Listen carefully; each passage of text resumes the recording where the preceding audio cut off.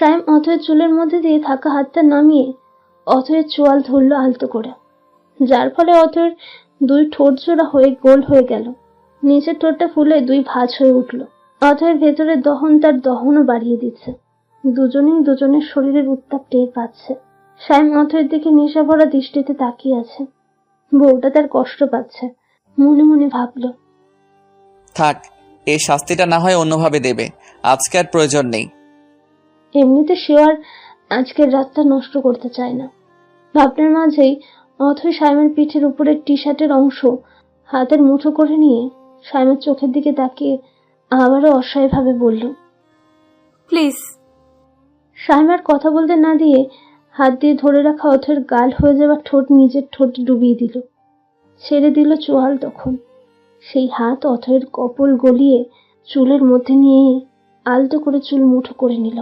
অথয় কান্না ভেজে চোখ বন্ধ করে নিল আবেশে। আরো শক্ত করে ধরল সায়েমের পিঠ। নখ বিঁধে গেল সেখানে। কিছুক্ষণ পর ঠোঁট ছেড়ে অথয়ের বুকের ওপর বাঁ পাশের তিলের ওপর নামিয়ে দিল ঠোঁট। সেখানে গভীরভাবে একটা চুমু খেলো সময় নেই। আর অথই, সে পুরো ভেঙে গেছে সায়েমের শরীরের উপর। অথয়ের পুরো দেহটাকে সায়েম ধরে রেখেছে, যেন সে ছেড়ে দিলে অথই আপনা আপনি গলে পড়বে। বুকের ওপর চুমু দেওয়ার ফলে অথই অস্থির হয়ে উঠল। টের পেল সায়েম, কোলে তুলে নিল তক্ষুনি। অথই এক পলক সায়েমকে দেখে ওর গলার মাঝে মুখ ডুবিয়ে দিল লজ্জায়। ঠোঁটে হাসি ছিল, সেটা দেখেছে অস্থির সায়েম। সেও হেসে ফেলল। হোক আজ মধুর রাত। এই ক্ষণ, এই রাত কি আর আসবে কখনো? আর আসবে না কখনো। তাদের প্রণয়নের সাক্ষী হলো আজকের এই রজনী। নিস্তব্ধ রজনীতে ভালোবাসার হাহাকার মিশে চার দেয়ালে বাড়ি খেতে লাগলো। দুই মানব মানবীর শ্বাস প্রশ্বাস মিলেমিশে একাকার। তারা এক হয়েছে, তাদের ভালোবাসা এক হয়েছে, তাদের চাওয়া পূরণ হয়েছে। বসন্ত চলে গিয়েও তাদের মাঝে বসন্ত ধরা দিয়েছে। অথই পেয়ে গেছে সম্পূর্ণরূপে তার 5 বছরের অপেক্ষার বসন্তকে। ভোর প্রায় 5টা। চারিদিকে পাখিদের কলরব কিচিরমিচির শব্দ তুলে নিজেদের ব্যস্ততা প্রকাশ করছে। সকলের ঘুম ভাঙাতে তাদের মধুর বাণী পেশ করছে। মুসলমান মুরব্বীর ব্যক্তিগুলো নামাজ পড়ে মসজিদ থেকে বের হয়ে হাঁটাহাঁটি করছেন। কেউ কেউ আবার কবর জিয়ারতও করার উদ্দেশ্যে যাচ্ছেন আপন মানুষদের জন্য। ছোট ছোট কিছু ছেলে মেয়েরা প্রাইভেট কোচিং এর জন্য বের হচ্ছে। কিছু ছোট ছোট ছেলে মেয়েরা মসজিদে কোরআন, আমপাড়া, কায়দা শেখার জন্য বের হয়েছে। কয়েকটা কাক থেকে থেকে ডেকে উঠেছে। প্রকৃতি এখনো পুরোপুরি পরিষ্কার হয়নি। আলো আধারিতে ঘেরা। আজ জুলাই মাসের 1 তারিখ। সূর্য উদয় হবে সময় অনুযায়ী 5:20 সময়ে। মধুর প্রকৃতি, মৃদুমন্দ বাতাস বলছে। সকালের বাতাসটা শীতল হয়, শরীরে ছুঁয়ে দিল শরীর মন চাঙ্গা হয়ে ওঠে। সবুজ গাছগাছালি মৃদু দোল খায় বাতাসে। আল্লাহ সৃষ্টির জবাব নেই। মির্জাবাড়িতে ব্যস্ততা শুরু হয়ে গেছে। আজ মির্জাবাড়ির বড় ছেলের বউ ভাতের অনুষ্ঠান। সবাই ফজরের নামাজ আদায় করে সেটারই আয়োজনে লেগে পড়েছে। সিরাজ মির্জা, শরীফ মির্জা বাবুর্চিদের সব বুঝিয়ে দিচ্ছে। আলিয়া সহ বাড়ির মহিলারা বাড়ির কাজ সামলাচ্ছে। ছোটরা এখনো ওঠেনি, তারা রাত জেগে আড্ডা দিয়ে এখনো ঘুমোচ্ছে। গ্রামবাসীও যেন মির্জাবাড়ির বিয়ের আয়োজনে তোড়জোড় শুরু করে দিয়েছে। নিস্তব্ধ রাতের পর এই ভোরে মানুষের হাঁক ঢাক, থালা বাসনের টুংটাং শব্দ কানে এসে বাড়ি খাচ্ছে। মির্জা ভিলাই আজ অথয়ের প্রথম দিন। ভোরে উঠে গোসল সেরে নামাজ আদায় করা হয়ে গেছে তার।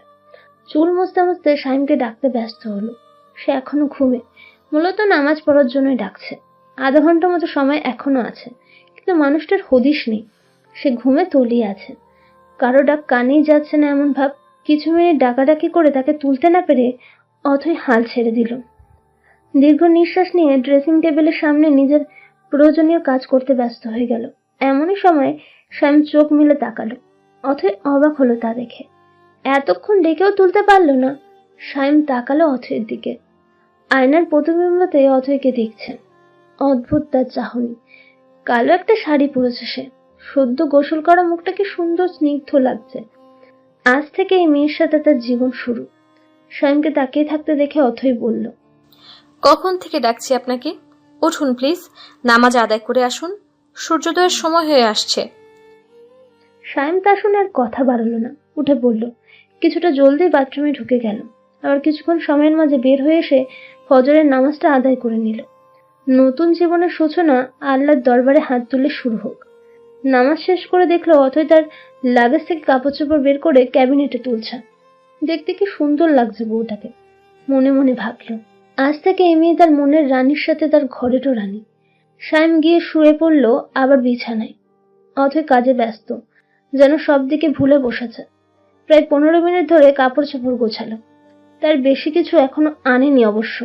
টাইম পাস করার জন্য সাইমের গুলোই গোছালো আর পরবর্তীতে নিজের গুলো রাখার জন্য জায়গা করলো।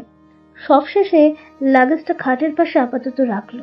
ঘুরে সাইমের দিকে তাকিয়ে দেখলো সে ফোনে ব্যস্ত। তাই আর কোনো কথা বলল না। এবার গিয়ে চুলটা আঁচড়ে নিল, তারপর দরজা খুললো ঘরের উদ্দেশ্য বাইরে যাবে। তখনই সাইম ফোন রেখে চোখ তুলে তাকালো ওর দিকে, বলল, এই কোথায় যাচ্ছ তুমি? অথয় চমকে উঠলো আচমকা কথাতে। বলল, কেন? বাইরে যাচ্ছি। না এখনই যেতে হবে না, পরে যেও, বসো এখানে এসে। অথয় ভুরু কুচকে তাকালো। মেয়েটা স্বাভাবিক ব্যবহার করার চেষ্টা করছে, কিন্তু তবুও লজ্জায় মরি মরি হয়ে উঠছে ভেতরে ভেতরে। সাইম তাকিয়ে দেখলো মেয়েটাকে বউ বউ লাগছে নাকি অপেল পড়ে। ফোন রেখে উঠে গেল। অথয়ের হাত ধরে নিয়ে ড্রেসিং টেবিলের সামনে দাঁড় করিয়ে দিল। কেঁপে উঠেছে অথয়, তাকিয়ে আছে পেছনের মানুষটার দিকে। সাইম মুচকি হেসে আদরে কণ্ঠে বলল, আমার বউটাকে নোসপিনে তো দারুণ লাগছে, একদম বউ বউ। অথয় লজ্জা পেয়ে মাথা নিচু করে নিল। সাইম এবার ঝুঁকে অথয়ের ডান কাঁধের উপর নিজের চিবুক রাখলো। আয়নার দিকে নজর সাইমের। তারপর অথয়ের পেটের উপর দুহাত রেখে অথয়কে নিজের মাঝে বন্দি করলো। শুরু হয়ে গেছে কাঁপাকাঁপি। সাইম টের পেল। বলল, এখনো এত কাঁপাকাঁপি? উত্তর করল না অথয়। সে তাকিয়ে সাইমের পানে। শরীরে তার সাদা টি শার্ট আর কালো ট্রাউজার। এই ছেলেটা যা পরে তাতেই বোধহয় সুন্দর লাগে। অথয়ের ভাবনার মাঝে সাইম অথয়ের কানের কাছে মুখ নিয়ে বলল, এখনো দুর্বল তুমি? দেখো যে কেউ বুঝবে, বাইরে যেতে হবে না, ওদের প্রয়োজন পড়লে ডাকতে আসবে, তুমি শুয়ে ঘুমাও, একটু রেস্ট করে নাও। পুরো শরীর আবার জমে গেল অথয় সাইমের কথা শুনে। মুখে লজ্জার এসে ভিড় জমালো। তা দেখলো সাইম। মৃদু হাসলো ঠোঁট টিপে। তারপর দুষ্টু হাসি ঠোঁটে ঝুলিয়ে অথয়ের পেটের উপর রাখা হাতের বাঁধন আরেকটু গভীর করল। কণ্ঠ খাদে নামিয়ে অথয়ের একদম কানের কাছে মুখ নিয়ে বলল, but your response at night war of that level of attractiveness. বাবা অথই, what response! Absolutely perfect partner, thank you, I am very happy with it. By the way, what have you done to my body? Burning with water? শেষ কথাটা স্বাভাবিক স্বরে জোরেই বলল। আর এদিকে অথয় চোখ ইয়া বড় বড় করে তাকিয়ে আছে সাইমের দিকে। মার্বেল নাই আকৃতি হয়েছে চোখ দুটো। বিস্ময়ে কিংকর্তব্য বিমর্ষে। কি বলছে কি এ ছেলে যেমন কথা বলতে পারে ধারণাই ছিল না। ভদ্র সভ্য ছেলেটার কি পরিণতি বউ পেয়ে। বউ পেলে সব ছেলেরা যে নির্লজ্জ হয়ে যায় তার জলজান্ত প্রমাণ তার পেছনে দাঁড়িয়ে থাকা এই ঠোঁট কাটা ছেলেটা। অদয়কে ওভাবে তাকিয়ে থাকতে দেখে সাইম আবার বলল, বুঝলে না তো, বাংলায় বলছি, ওয়েট। রাতে তোমার আর বলতে পারল না। অথয় ঘুরে দুহাত দিয়ে ওর মুখ জোর দিয়ে চেপে রেখেছে আর বলছে, চুপ চুপ। ছিছি, কি নির্লজ্জের মতো কথাবার্তা! আপনি এমন নির্লজ্জের মতো কথা বলতে পারেন, জানতাম না তো। সাইম হেসে যাচ্ছে আর অথয় এমন বলছে। অথয়ের শেষ কথার উত্তর দিতে সাইম অথয়ের হাত ধরে নামিয়ে নিল মুখের উপর থেকে। দুষ্টু হেসে দুষ্টুমি করে বলল, কেন, তুমি আমার নির্লজ্জ আমি রাতে টের পাওনি? এছাড়া সব স্বামীরাই বউয়ের কাছে নির্লজ্জ হয়, তা না হলে বউ টিকে? আবার অথয় কথা পুরো করতে না দিয়ে সাইমের মুখ চেপে ধরল। হতবাক হয়ে গেছে অথয়। তড়িঘড়ি করে বলল, চুপ করেন, কি সব কথা বলছেন? লজ্জা লাগছে আমার। ঠিক সে সময়ে আলে আসলেন সাইমের ঘরে। ঘরের দরজা খোলা পেয়ে তিনি না দেখে ঢুকে পড়েছেন। ঢুকে ছেলে আর ছেলের বউকে এমন জোরাজোরি করতে দেখে তিনি বিস্ময়ে ভুরু কুচকে বলে উঠলেন, কি হচ্ছে এখানে? মারামারি করছিস কেন তোরা? আলিয়ার কথা শুনে অথয় সাইমের মুখ ছেড়ে দিয়ে ছিটকে দূরে সরে গিয়ে দাঁড়ালো। সাইমও কিছুটা ভড়কে গেল, কারণ এই সময়ে মাকে সে আশা করেনি। আমতামতা করে পড়ল, আম্মু আমি কিছু করিনি। না মানে কিছু বলিনি। ধ্যাত, না মানে আম্মু তুমি এখানে? কিছু হয়েছে? কিছু লাগবে? ছেলের কথা অবস্থার কাণ্ড দেখে আলিয়া হাসবেন নাকি কিছু বলবেন বুঝে উঠলেন না। ভুরু কুচকে কিছুক্ষণ ছেলের পানে তাকিয়ে রইলেন। অথই হতভম্ব হয়ে তাকিয়ে আছে। তারপর আলিয়া ছেলের ওই বাচ্চা বাচ্চা সুলভ চেহারার দিকে তাকিয়ে জোরে জোরে হেসে দিলেন। অথইও ফিক করে হেসে দিয়েছে। আর সায়েম আহাম্মকের মতো তাকিয়ে আছেন। সায়েম মার বউয়ের হাসি দেখে নিজেও মেয়েকে একটা হাসি দিল মাথার পেছনে ডান হাতটা ঘষতে ঘষতে। এছাড়া আর উপায় পেল না সে, কারণ কি সব আজে বাজে কথা বলে ফেলেছে। দুজন এখনো হাসছে বলে সায়েম মাকে ডেকে উঠল। আম্মু, আলিয়া হাসি থামালেন, মুখে এখনো হাসি রেখে বললেন, না কিছু হয়নি, শুধু তোর বউকে নিচে লাগবে, আর তোকেও ডাকছে তোর বাবা চাচুরা। এই বলে হাসতে হাসতে অথইকে বললেন, চলো মা, নিচে সবাই অপেক্ষা করছে খাবারের জন্য। এ বাড়িতে সবাই একসাথে খায়, তবে আজ আর হবে না, কারণ অনেক অতিথি আছে। অনুষ্ঠান মিটে গেলে আবার আগের নিয়মে চলবে। অথই লজ্জা পেয়েছে আলিয়ার তোর বউ সম্বোধন করাতে, তাই মাথা নিচু করে নিয়েছিল। এখন মাথা তুলে বলল, আচ্ছা আম্মু, তুমি আমাকে সব বলে দেবে, আমি মেনে চলবো। বলে এগিয়ে গেল আলিয়ার কাছে। আলিয়া অথয়ের মাথায় হাত রেখে বললেন, আচ্ছা এখন চলো মা, নিচে ডাকছে, আমার আবার কাজ করতে হবে। বলা শেষ করে অথয়ের হাত ধরে পা বাড়ালেন। সাইমের উদ্দেশ্যে বলে গেলেন জলদি নিচে আসতে।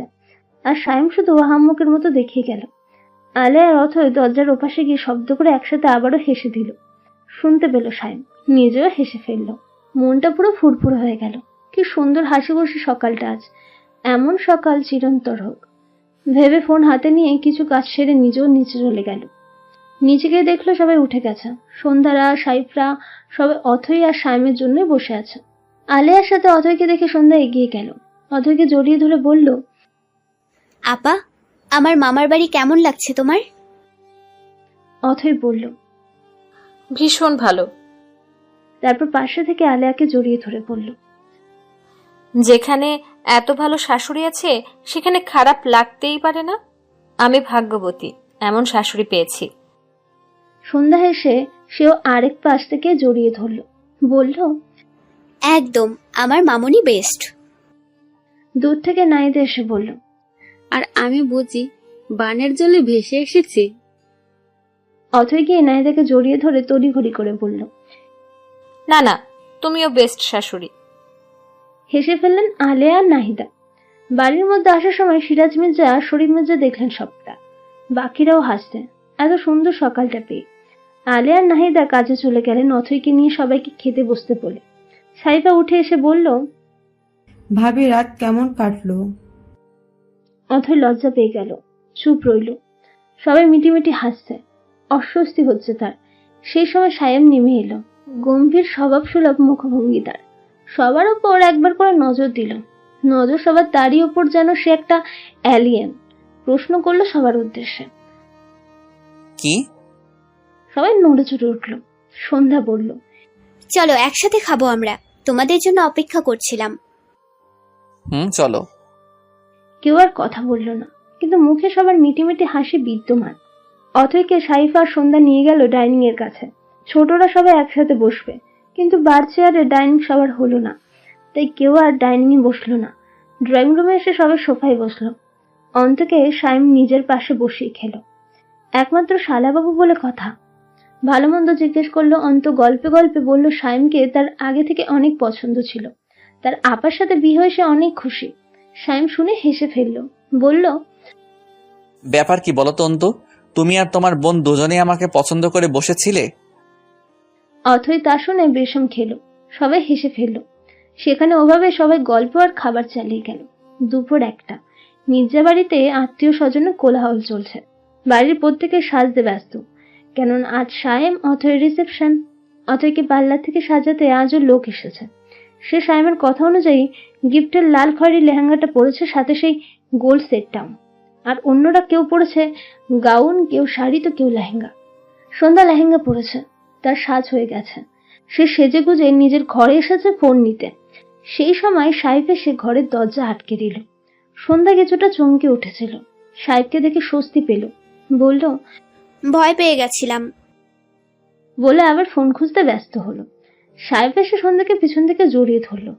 সন্ধ্যার কাঁধের উপর চিবুক রাখলো। সন্ধ্যা চমকে উঠল, সাথে কেঁপে উঠেছে। তড়িঘড়ি করে বলল, কি করছো ভাইয়া, ছাড়ো। সন্ধ্যা, তোকে বলেছি ভাইয়া বলবি না। কপট রাগ নিয়ে কথাটা বলে আবার কণ্ঠ খাদে নামিয়ে নিশালো স্বরে বলল, তোকে অপূর্ব লাগছে, আমার মায়াবতী রাগিনী। সন্ধ্যা লজ্জা পেল, বলল, আচ্ছা হয়েছে, ছাড়ো। আর এভাবে দরজা দিয়েছো, কেউ জানলে কি ভাববে? কেউ কিছু জানবে না, কারণ আর 5 দিন পর তুই আমার বউ হবি। আবার কেঁপে উঠল সন্ধ্যা। সে তো ভুলে গেছিল এই বিয়ের অনুষ্ঠানের জন্য। আর 5 দিন পর তারও বিয়ে, এটাই ভুলে বসেছিল। সাহেব এবার সন্ধ্যাকে ঘুরিয়ে নিজের দিকে আনলো, কোমর পেঁচিয়ে ধরলো। সন্ধ্যা দেখলো সাহেবকে। ছেলেটাকে দুর্দান্ত লাগছে। ফর্সা শরীরে অফ হোয়াইট পাঞ্জাবিটা মানিয়েছে দারুণ, তার উপর ব্ল্যাক শর্ট কোটি পরেছে। সাহেব আবার বলল, রেডি হও আমার রাগিনী, আমার আর তর্স হয়েছে না তোকে বউ রূপে দেখার জন্য। সেই জন্যই তো সেদিন ভাইকে দিয়ে সব ফাইনাল করিয়েছি। সন্ধ্যা লজ্জা পেল। সাহেবের বুকের উপর মাথাটা আলতো করে রাখলো, তারপর ডান হাতটা তুলে সাহেবের বুকের উপর রেখে বলল, তুমি বড্ড ধৈর্যহারা পুরুষ। তোর জন্য। নির্লিপ্ত কণ্ঠে ছোট উত্তর তার। সন্ধ্যা মৃদু হাসলো। সাহেব সন্ধ্যার মাথাটা বুক থেকে তুলে ওর কপালে একটা গভীর চুমু খেলো। সন্ধ্যা চোখ বুজে নিয়েছে। সাহেব বলল, জলদি আমার ঘরে চলে আয়, তোকে নিজের করে পাওয়ার বড্ড তৃষ্ণা জেগেছে। এই শুকনো খড়খড়া হৃদয়ে তুই আমার বৃষ্টি হয়ে আয়, আমি চাতক পাখির ন্যায় অপেক্ষা করছি। সন্ধ্যা চোখ খুলে তাকালো, কিছু বলল না, শুধু দেখলো এই সামনে থাকা পাগল ছেলেটা তাকে কতটা ভালোবাসে, পাগলের মতো ভালোবাসে। দুপুর 3:30। সে সময় শেখ বাড়ি থেকে সবাই এলো মির্জা বাড়িতে। আশিক শেখ, অন্তরা, মেহেদি, অন্তরার শ্বশুর বাড়ির লোক সহ আরো আত্মীয়রা। আশরাফ শেখ আসেননি। মির্জা বাড়িতে সবাই আজ প্রথম এলেন। এসে সবাই টুকটাক কথা বলে ভেতরে প্রবেশ করলো। অথয় ড্রয়িং রুমেই বসা ছিল। সন্ধ্যা বাবাকে দেখে এগিয়ে এলো। ভালো মন্দ জিজ্ঞেস করে অন্তরাকে সহ সবাইকে নিয়ে গিয়ে বসালো। ওদের সাথে সবাই কথা বলল। অন্তরা বোনকে জিজ্ঞেস করলো এখানে কেমন লাগছে, সবাই কেমন ব্যবহার করছে। অথয় সব স্বাভাবিক উত্তরই দিল। সেই সময় সায়েম নামলো ওপর থেকে। সাদা পাঞ্জাবির ওপর কালো কোটি, পাঞ্জাবির হাতা গোটানো, চুলগুলো চিরুনি করে উঠিয়ে রাখা, মুখে ছোট ছোট চাপদারি, হাতে কালো ঘড়ি। হাই কি লাগছে রে!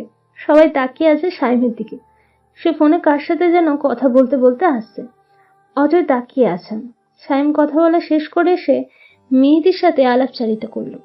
অন্তরা আশিক শেখের সাথেও কথা বলে তাদের সাথে বসলো সময় দেওয়ার জন্য। ঘন্টা 2 মাঝে খাওয়া দাওয়া শেষ করে শেখ বাড়ির সবাই মেয়ে ও মেয়ে জামাই নিয়ে যাওয়ার জন্য প্রস্তুত নিচ্ছে। সেখানে সবাই সন্ধ্যাকেও পাঠানোর কথা বলল। নির্ধারিত হলো আজ গিয়ে একেবারে শুক্রবারে আকত করে এখানে নিয়ে আসবে। অথয়কেও তেমনই আসার কথা বলা হলো। সাইম মানা করে দিয়ে জানিয়েছে প্রয়োজনে 2 দিন পরে যাবে, তবুও কাল থাকা যাবে না, ইভেন এতদিন ওখানে থাকা যাবে না। তার উপর কেউ আর কথা বলল না। সবকিছু ঠিকঠাক করে শেখ বাড়িতে গেল সবাই। শেখ বাড়িতে রশ্মি মেয়ে আর মেয়ে জামাইকে পেয়ে খুশিতে আপ্লুত হয়ে উঠলেন। সব রকম আপ্যায়ন করলেন, কোনো ত্রুটি রাখলেন না। 2 মেয়ে জামাইকে একসাথে বসিয়ে খাওয়ালেন। দেখতে দেখতে শুক্রবার চলে এলো। অথয় মায়ের বাড়ি থেকে সেদিনের পরের দিনই চলে গেছিল সাইমের সাথে। আজকে আবার এলো। সাইম নামিয়ে দিয়ে গেল। এখন সকাল 9টা বাজে। দুপুর 4টার দিকে আবার আসবে সবাই। অথয় এসে সন্ধ্যাকে নিয়ে ব্যস্ত হয়ে গেল। অন্তরা থেকে গেছিল, কিন্তু মেহেদি চলে গেছে। আজকে আবার আসবে। টুকটাক ব্যস্ততা সবার মাঝে, কারণ মির্জা বাড়ি থেকে সবাই আজ আসবেন। একদম ঘরোয়া ভাবে আকত হবে নিজেদের লোক নিয়ে। কাজে ডেকে সাহেব সন্ধ্যার আকত সম্পূর্ণ হলো। সাহেবের মুখে তৃপ্তির হাসি। শেখ বাড়িতে এসেছে সিরাজ মির্জা, শরীফ মির্জা, আলেয়া, নাহিদা, সামিয়া, শুভ, সাইফা, শান, শেফা সহ তাদের মা বাবা। আর সায়েম তো আছে, তার সাথে রাহাব, সায়না আছে। সিরাজ মির্জা আকিব সাহেবকে বলেছিলেন, কিন্তু তিনি আসতে পারেননি, কাজের জন্য বাইরে যেতে হয়েছে তাকে। সন্ধ্যা জিজ্ঞেস করলো, সেটাই জানিয়েছেন। সিরাজ মির্জা একমাত্র ভাগ্নি নাকাদে না এসে থাকেননি, তিনি নিজে হাতে ভাগ্নিকে বড় যে করেছেন। ভাগ্নির কথা ভেবে তিনি সবকিছু তুচ্ছ করেছেন।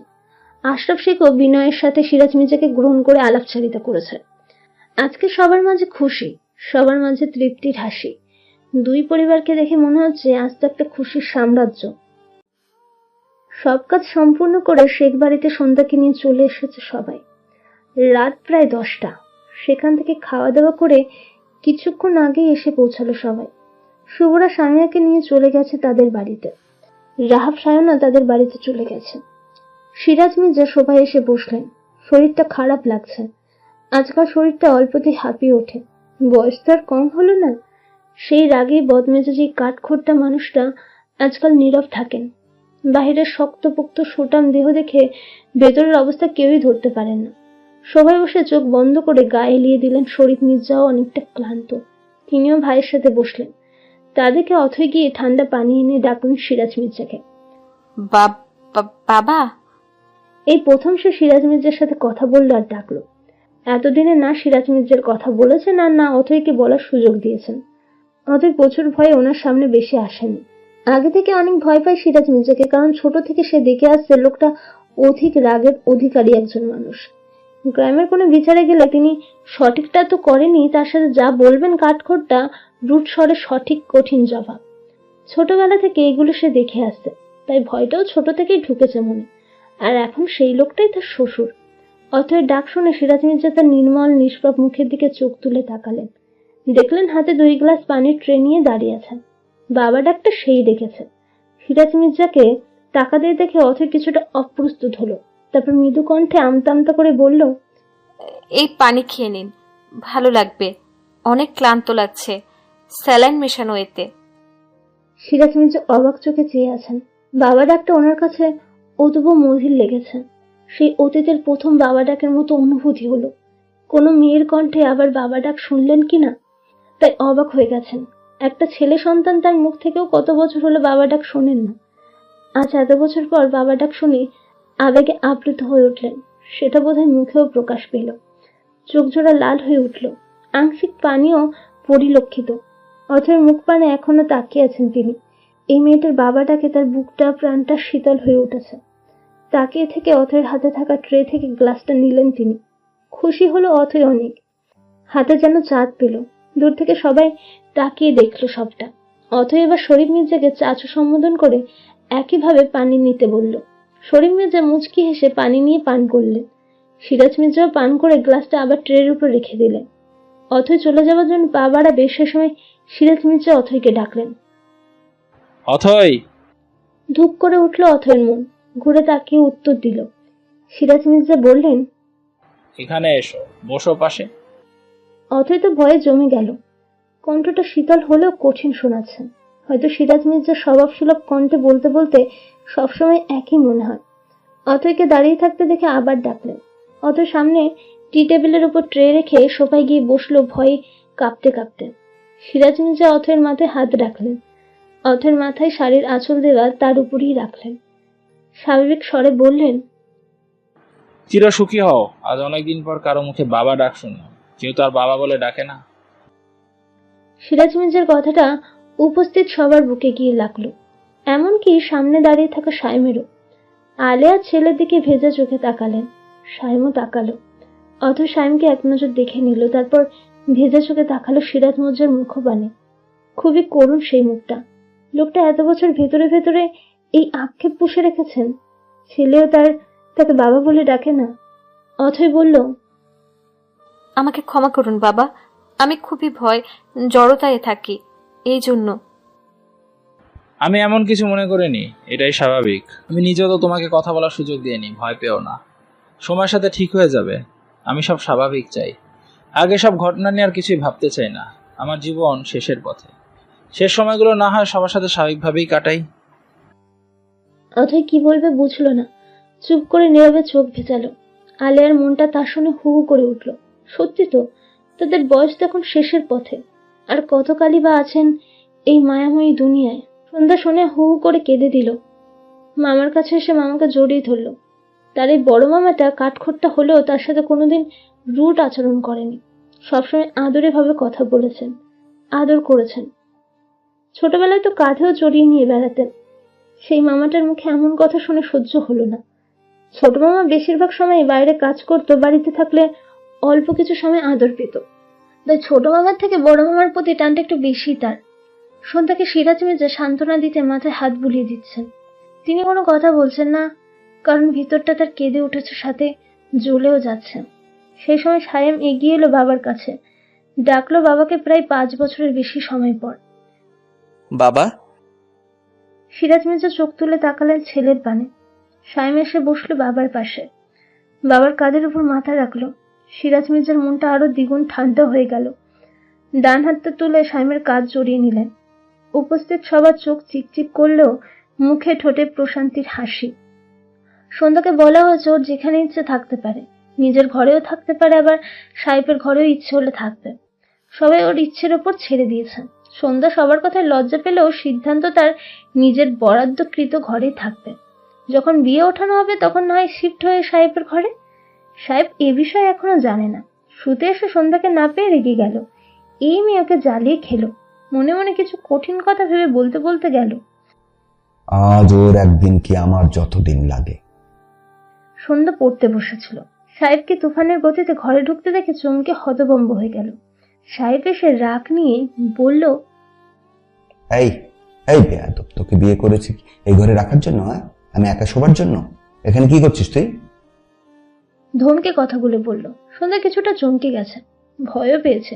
সেটা দমিয়ে মুখভঙ্গিতে সেও কিছুটা রাগ নিয়ে বলল, আস্তে কথা বলো ভাই। থেমে গেল, জিভায় কামড় দিল। সামনে এই ছেলেটার স্বামী এখন থেকে মনেই ছিল না। নিজেকে আবার প্রস্তুত করে স্বাভাবিক কণ্ঠে বলল, না মানে দেখো, এমন রাগ দেখাবা না। আমার সামনে পরীক্ষা, পড়তে হবে প্রচুর। এখানে আমার ঘরে পড়ে আমি স্বস্তি পাই, অন্য ঘরে পড়া হবে না বলে এখানে বসেছি। আর তাছাড়া তোমার ঘরে এখন যাচ্ছি না আমি, যখন সবাই জানবে তখন যাব। আপাতত ততদিন আমি এখানেই থাকবো। বলা শেষে সাহেবের চোখের দিকে তাকালো। দেখলো রণমূর্তি ধারণ করে আছে সে। চোখ মুখ ইতিমধ্যে লাল হয়ে উঠেছে, যেন আর একটা কথা বললে সন্ধ্যাকে সে কাছেই চিবিয়ে খাবে। সন্ধ্যা ভয়ে শুকনো ঢোক গিলল। আমতা আমতা করে কিছু বলতে যাবে, সাহেব তেড়ে মেরে ওর কাছে এসে দাঁড়ালো। বলল, বল এবার, কি বলছিলি বল, কি বলছিলি বল বল বল। সন্ধ্যা পিছিয়ে যেতে নিল, কিন্তু সাহেব হতে দিল না। পিছিয়ে ধরলো ওর কোমর, মিশিয়ে দিল একদম শরীরের সাথে। সন্ধ্যা কেঁপে তো উঠেছে, তার সাথে ব্যথা পেয়ে মতো শব্দ করে উঠল। সাহেব বলল, তোকে আজ নিজের নামে করেছি দূরে রাখার জন্যে। তুই এতদিন ওই বাড়ি ছিলি, আমি কি হালে ছিলাম তোর ধারণা আছে? খোঁজ নিয়েছিস কোনোদিন? ছোট থেকে তুই এখানে আছিস, কোথাও 2 দিনের জন্যও গিয়ে থাকিসনি। সব সময় তোকে চোখের সামনে পেয়েছি। আর এই 2 মাসের বেশি কোথায় ছিলি? প্রতিদিন আমার অস্থিরে কেটেছে। তোকে চোখে আড়ালে রেখে আমি অস্থির ছিলাম। আমার 2 চোখ তৃষ্ণার্ত হয়ে গেছিল। শুধু কলেজে যাওয়া আসার সময় তোকে দেখে আমার তৃষ্ণা মেটেনি। তার জন্য আমি তোকে এত জলদি বিয়ে করলাম, বুঝলি? আর আমার নজরও হালাল করলাম। এখন তুই আমার থেকে দূরে থাকার সিদ্ধান্ত নিয়েছিস। সন্ধ্যা, তুই না চাইলে আমি তোকে ছুঁয়েও দেখবো না। যা হবে না হবে তোর সম্মতিতে, তোর মত অনুযায়ী। তুই যেদিন আমাকে মন থেকে মেনে তোর উপর অধিকার দিবি, সেদিনে আমি তোকে ছোব। আমার সর্বস্ব দিয়ে তোকে আপন করব। আমার অর্ধাঙ্গিনী তুই। আমার সব কিছুতে তোর অধিকার এখন, এমনকি আমার ঘরেরও। তুই আমার ঘরেরই থাকবি। আর রইল পড়াশুনোর কথা, সে তুই এখানে এসে পড়িস, সমস্যা নেই, সেটা তোর সুবিধা। কিন্তু দিন শেষে রাতে তোকে আমার বিছানায় দেখতে চাই। সারা রাত আমি তোকে দেখিয়ে তৃষ্ণা মেটাবো। থামলো সাহেব। মন্ত্রমুগ্ধ হয়ে শুনল সন্ধ্যা। এ ছেলে কতটা ভালোবাসে তাকে বারবার প্রমাণ পায় সে। চিকচিক করছে চোখ জোড়া সন্ধ্যা। সে এবার সাহেবের পিঠের ওপর 2 হাত দিয়ে ধরল শক্ত করে। সাহেবের বুকে মাথা রাখলো। সন্ধ্যা সাহেবের বুক অব্দি লম্বা। বুকে মাথা রেখে মৃদু হেসে জড়ানো কণ্ঠে বলল, শান্ত হও তুমি, আমি কোথাও যাচ্ছি না। আচ্ছা তোমার ঘরেই থাকবো, তোমার সাথে। খুশি? চল, আজ তোকে আমি পড়াবো। এই না। না কেন? তোমার কাছে পড়া হবে না আমার। সন্ধ্যা সাহেবের বুক থেকে মাথা তুলে মাথা নিচু করে বলল কথাটা। সাহেব ভুরু কুচকে তাকিয়ে আছেন। বলল, বই নে, চল আমার সাথে। এগুলো সত্যি সত্যি বই নেওয়ালো সন্ধ্যাকে। তারপর তার ঘরে হাঁটা ধরলো। সন্ধ্যা উপায় না পেয়ে যেতেই হলো। সাহেবের ঘরে গিয়ে মনটা কেমন জানি করে উঠল। আজ থেকে এই ঘরের বউ সে, এই সামনে দাঁড়িয়ে থাকা মানুষটার বউ। তার অন্তর কায়া আপনা আপনি লজ্জায় পরিণত হলো। তা দেখে সাহেব বলল, কি? সন্ধ্যা গিয়ে সাহেবকে আবারও শক্ত করে জড়িয়ে ধরলো। সাহেব মৃদু হাসলো, সেও জড়িয়ে ধরলো। হঠাৎ সাহেব একটা প্রশ্ন করলো জড়িয়ে থাকা অবস্থাতেই। বলল, সন্ধ্যা, তুই আমাকে মন থেকে ভালোবাসতে পেরেছিস তো? আমাকে স্বামী বলে মানতে পেরেছিস?